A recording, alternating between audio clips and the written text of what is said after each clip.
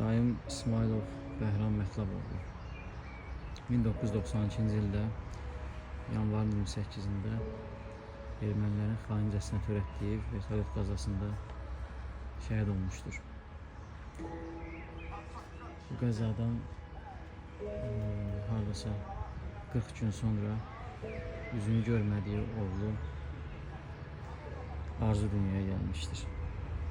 Qismətə bax ki, Arzu da atasının bir il dönümündə, yəni 28-i 1-ci ay 1993-cü ildə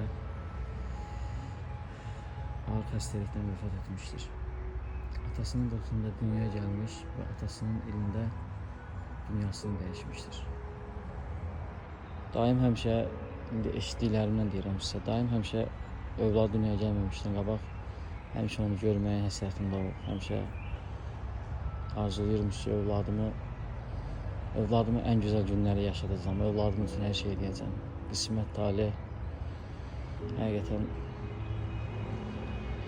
belə hadisələr olur. Allah rəhmət eləsin.